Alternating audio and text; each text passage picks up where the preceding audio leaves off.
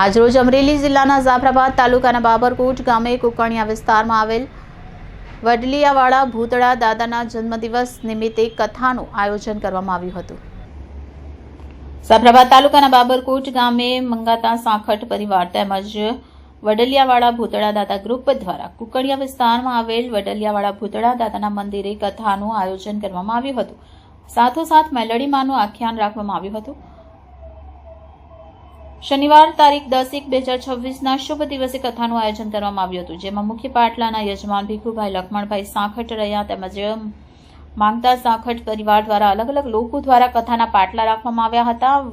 વડાલિયાવાળા ભૂતળા દાદાના જન્મદિવસ નિમિત્તે હજારો ભક્તોએ ભૂતળા દાદાના દર્શન કરી પ્રસાદ લીધો હતો।